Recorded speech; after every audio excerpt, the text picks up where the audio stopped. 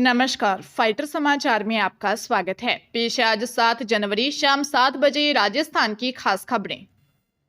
राज्य सरकार अगले 4 साल में प्रदेश के इंफ्रास्ट्रक्चर पर बड़ा खर्च करने जा रही है। इसे लेकर सीएम भजनलाल शर्मा की मौजूदगी में सीएमआर में बैंक ऑफ बड़ौदा और बैंक ऑफ महाराष्ट्र के साथ एमओयू हुआ। एमओयू के अनुसार बैंक ऑफ बड़ौदा अगले 6 सालों तक यानी 31 मार्च 2030 तक प्रतिवर्ष 20,000 करोड़ रुपए का ऋण प्रदान करेगा। इसके साथ ही बैंक ऑफ महाराष्ट्र भी प्रतिवर्ष 10,000 करोड़ रुपए का ऋण उपलब्ध कराएगा। यह धनराशि राजस्थान सरकार की विभिन्न परियोजनाओं, विशेषकर आधारभूत ढांचा क्षेत्र जैसे बिजली एवं नवीनीकरणीय ऊर्जा, सड़क, पेयजल और स्वच्छता के लिए उपयोग की जाएगी। इस मौके पर सीएम भजनलाल शर्मा ने कहा कि राज्य सरकार ने 5 साल के इस कार्यकाल में 53,000 किलोमीटर का सड़क नेटवर्क तैयार करने के लिए 60,000 करोड़ रुपए व्यय करने का फैसला किया है। हरियाणा में पति की मौत के बाद नौकरी मिलते ही पुत्र वधू ने सास की देखभाल करने से इनकार कर दिया। पंजाब एवं हरियाणा हाईकोर्ट ने कहा कि पति की मौत के बाद पत्नी यदि अनुकंपा आधार पर उसकी नौकरी संभालती है तो सास की देखरेख भी उसे करनी होगी। जस्टिस हरप्रीत सिंह बराड़ ने फैसले में कहा कि सास ससुर के देखरेख की जिम्मेदारी पुत्र वधू पर नहीं डाली जा सकती, लेकिन न्याय के लिए अपवाद संभव है। कोर्ट ने महिला की याचिका खारिज करते हुए सास को हर महीने 10,000 रुपए देने के आदेश दिए। पति की मौत के बाद पत्नी को रेल कोच फैक्ट्री में जूनियर क्लर्क की नौकरी दी गई थी। इसके बाद महिला ने बेटे के साथ पति का घर छोड़ दिया। महिला की सास की तरफ से सोनीपत की फैमिली कोर्ट में याचिका दायर कर पुत्रवधू से भरण पोषण के लिए खर्च दिलाए जाने की मांग की गई थी। सरकारी भर्ती परीक्षाओं में फर्जीवाड़े पर लगाम लगा रही है, वहीं दूसरी ओर यूनिवर्सिटी की परीक्षाओं में फर्जीवाड़े को शय दे रही है।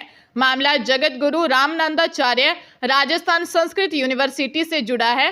राजभवन ने यूनिवर्सिटी की PGDCA और PGDYT परीक्षा में हुए फर्जीवाड़े की जांच कराकर दोषियों के खिलाफ कार्रवाई के निर्देश सरकार को दिए। वह इस मामले में सरकार ने यूनिवर्सिटी को पत्र लिखकर प्रकरण का निस्तारण करने के निर्देश जारी कर दिए। सरकार के इस पत्र से राजभवन के आदेश की अवहेलना तो हुई है, साथ ही यूनिवर्सिटी की परीक्षाओं की पारदर्शिता पर भी सवाल खड़े हो गए हैं।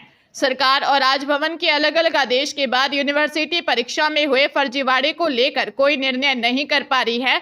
इन परीक्षाओं में हुई धांधली की शिकायत विश्वविद्यालय के कुलपति प्रोफेसर राजसेवक दुबे ने पिछले साल जनवरी में राजभवन व सरकार को की थी।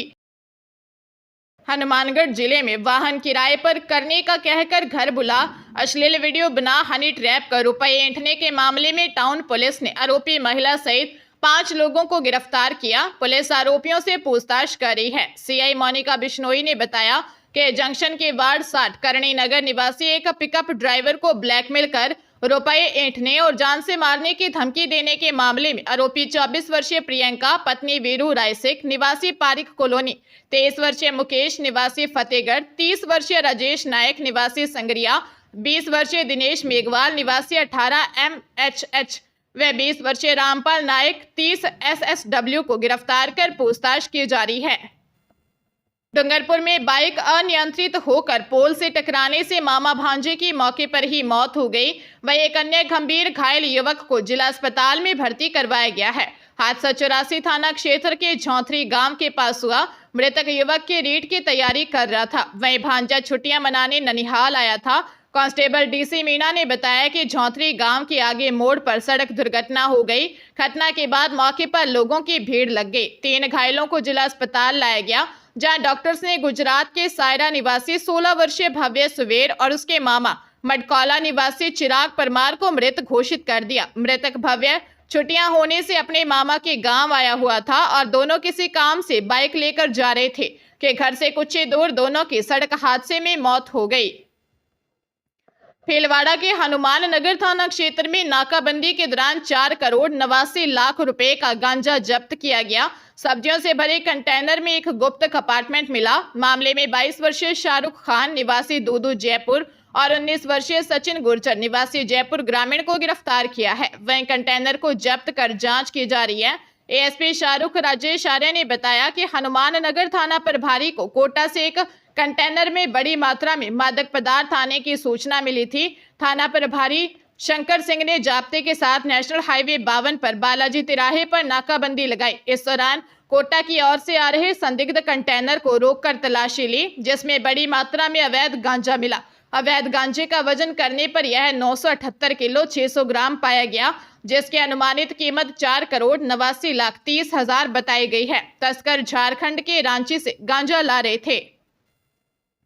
जयपुर में पत्नी द्वारा युवक की हत्या का मामला सामने आया है। आरोप है कि पड़ोस में रहने वाले दूसरे युवक से पत्नी का अफेयर था। कालवाड़ पुलिस ने बताया कि मां वैष्णो देवी कॉलोनी हाथोज निवासी ललिता देवी ने अपने 27 वर्षीय प्रकाश की हत्या का आरोप लगाते हुए पत्नी व उसके प्रेमी सहित अन्य के खिलाफ मामला दर्ज करवाया है। आरोप है कि साल 2017 में बेटे प्रकाश की शादी के बाद से ही उसकी पत्नी ने भड़काकर परिवार से अलग कर वैदची का चौराहा पर किराए पर मकान लेकर रहने लगी। वह पास ही रहने वाले राकेश का कमरे पर बहुत आना जाना था। वह उसे बाहर घुमाने भी ले जाता है। विरोध करने पर दोनों बेटे से मारपीट करते थे और झूठे केस में फंसाने की धमकी देते हैं। सैलरी भी पत्नी अपने अकाउंट में लेकर राकेश के बैंक अकाउंट में ट्रांसफर कर देती है। मां ललिता देवी का आरोप है कि उसकी पत्नी ने प्रेमी के साथ मिलकर उसके बेटे की हत्या की है। पुलिस मामले की जांच कर रही है। पूर्व सीएम अशोक गहलोत के बयान पर पलटवार करते हुए बीजेपी प्रदेश अध्यक्ष मदन राठौर ने कहा कि गहलोत 3 बार के मुख्यमंत्री हैं, उनको सब पता है, वे सब कुछ जानते हैं। सरकार में काम हो रहा है वो भी समझ रहे हैं, लेकिन राजनीति कर रहे हैं। वे केवल चिल्लाते हैं, बोलते हैं। वे वरिष्ठ नेता हैं, उनको ऐसा नहीं करना चाहिए। वे शुरू से ही भ्रम पैदा करते रहे हैं। पहले संविधान को लेकर भ्रम पैदा करते थे, कभी ईवीएम को लेकर भ्रम पैदा करने की कोशिश की। वो तो हमेशा यही करते हैं। काम है नहीं उनके पास। उन्हें विपक्ष के तौर पर सकारात्मक भूमिका निभानी चाहिए, वो निभा नहीं रहे हैं। भाजपा प्रदेश अध्यक्ष मदन राठौर ने कहा कि हमारी सरकार ने कांग्रेस सरकार की किसी भी जनहितैषी योजना को बंद नहीं किया। अगर कांग्रेस ने केवल वाहवाही लूटने के लिए योजना बनाई तो इसकी समीक्षा तो होना लाजमी है। पाली में नेशनल हाईवे 62 पर तेज रफ्तार जीप आगे चल रहे गैस टैंकर से टकरा गई। हादसे में ड्राइवर समेत 2 लोगों की मौके पर ही मौत हो गई।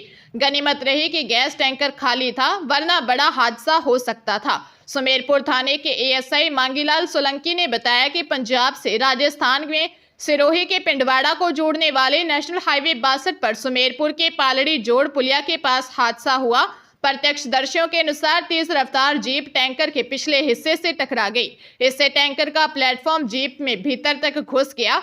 हादसे में दोनों गाड़ियां क्षतिग्रस्त हो गई। वहीं मृतकों की पहचान सिरोही जिले के तैलबी कृष्णगंज निवासी खेताराम और लक्ष्मण देवासी के रूप में हुई है। जीप में सवार युवक सिरोही की ओर जा रहे थे। फिलहाल पुलिस मामले की जांच में जुट गई है। उदयपुर के सलुम्बर थाना क्षेत्र में फाइनेंस कर्मी को किडनैप कर 24 लाख की डिमांड करने का मामला सामने आया है।